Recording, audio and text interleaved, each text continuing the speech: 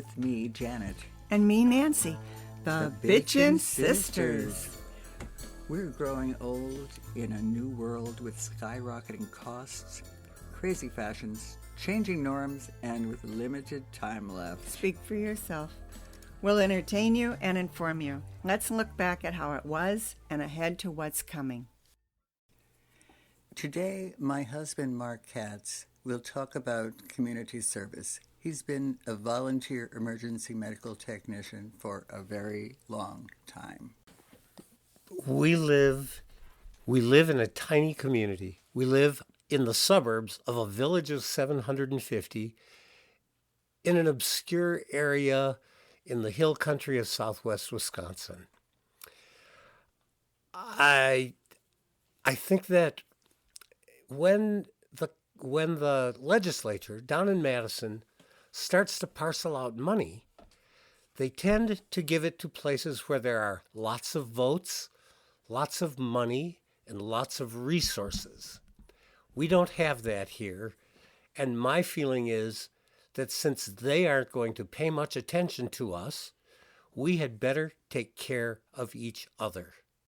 I joined the ambulance squad in 1987, and I was encouraged by a number of my friends who were already on the squad.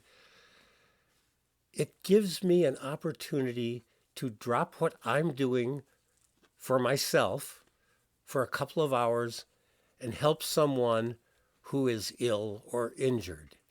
Now, do you know who you're going to help when you go and do it?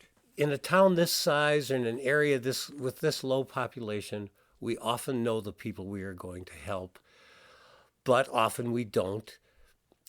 And one of the things that I think is important to realize is that these people are afraid. They're scared. You think about yourself, how scared would you have to be to call 911?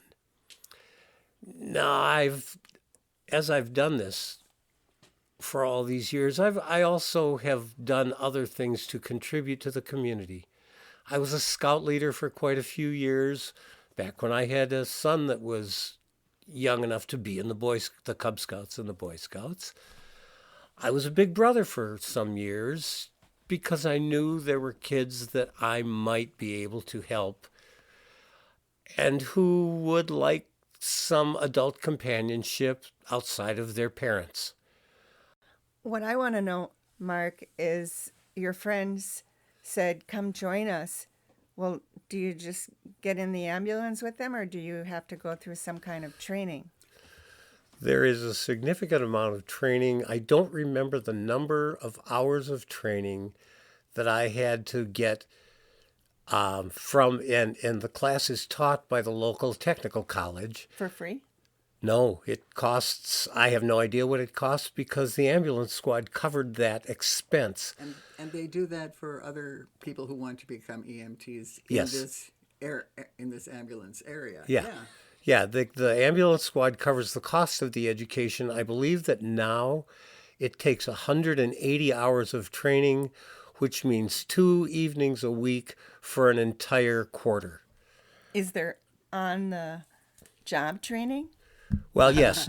Part of your technical college training involves going ride-alongs on your local ambulance squad, and possibly, I believe I did some shifts at the local emergency department at the local hospital. What was that like for you when you first went on? And do you remember your first ambulance ride? Absolutely.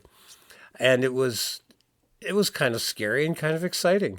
You know, I had gotten a temporary license, and the man who was chief of the ambulance squad walked into my business one day and said, come on, we got to pick up someone and get him to the hospital. And away we went. We picked up an older man who lived along the highway between Lafarge and Viroqua, where the hospital is located. And I don't remember any of the details. I mean, this was, third of a century ago. But it was exciting and wonderful to know that I was gaining the skills that would allow me to help other people in an emergency. Now, when you began doing this, you were still working? Yeah. Yeah. I was lucky to be in a work situation where Janet, my partner, my wife, and one of the bitchin' sisters, and believe me, the name is appropriate. You named us. I certainly did. But luckily for me, my job allowed me to leave and Janet to take over the responsibilities for a couple of hours while I was off. And there are other businesses that do that in our community who say, if you're an EMT and you're needed, go and we'll still pay you. Right. That's Organic nice. Valley being one of them. Yeah. I don't know. So that's the ambulance experience too. But I know over the years I have been in various friends groups, Friends of the Library, Friends of the Kickapoo Valley Reserve. I've used skills that I had as a graphic artist to help them with videos and newsletters and things. And for a lot of people, when they get to retirement age, or when the kids have all left for school, or maybe it's an empty nest at home, that's when they become more involved, and that's great. But there are lots of different ways you can contribute to your community. Yeah. So whatever you've done in your life or whatever you're doing, you may be able to take those skills and use them. I mean, even if they're just small skills. I was never a teacher, but I can read. And so my husband and I both go to the forest school where our great-grandkids go, and we do a little reading with them. Right, we volunteer to help them learn how to read. And it's good for us. Something we both can do. Something we can do, we can still do. Yeah. Well, when I first moved to this community, I like to call it Nowhere, Wisconsin, but when I first moved here, I was a single mother with 2 kids, and I expected that there would be certain activities, that there would be Santa Claus at Christmas time, that there would be an Easter egg hunt, that there would be parades. I didn't realize in a small community, it's the people who get together and put this on. Maybe it's the Lions Club. Yeah, they do a terrific amount of contributions to helping the community. That's what they do. Yeah, there are organizations. What's that other one they have in Lafarge now? Something about the 100. Yeah, every once in a while this group of people gets together and each of them contributes $100, and they choose a family or an organization that they perceive to be in need, and they donate the money to that family or organization. Well, that sounds good. How about you, Nancy? Have you done anything like this, or have you seen opportunities?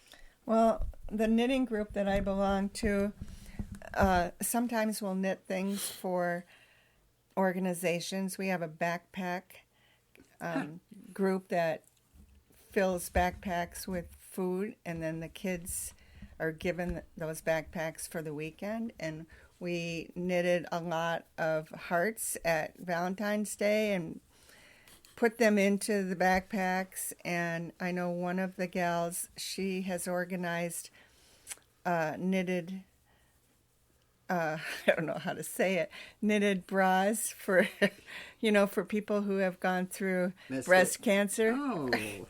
And so she does that a lot. Who would think that you could use your knitting skills to contribute? That's amazing to me. But it makes me think of, what do they call that, like the empty bed? Something about beds.